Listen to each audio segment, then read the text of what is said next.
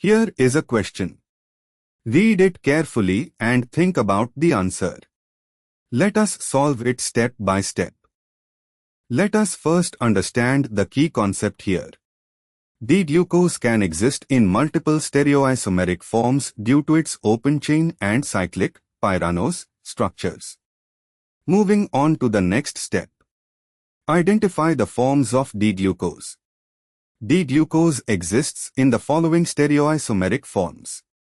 1. Alpha-D-glucopyranose, cyclic, alpha-anomer.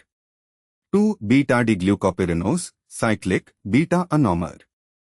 3. Open chain, aldehyde, form. Moving on to the next step. Consider mutarotation and equilibrium forms. In aqueous solution, D-glucose establishes an equilibrium between alpha-D-glucopyranose, beta-D-glucopyranose, open chain aldehyde form. These are the three well-known interconvertible forms of D-glucose in solution. Mutarotation involves these three forms predominantly. And for the final step, why not 2? 2 forms would only account for the two anomers, alpha and beta, ignoring the open chain form. Why not 4 or 5?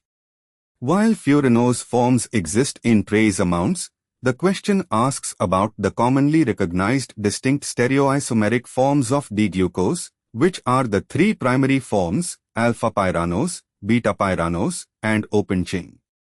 The standard answer recognized in this context is 3. Therefore, the correct answer is B.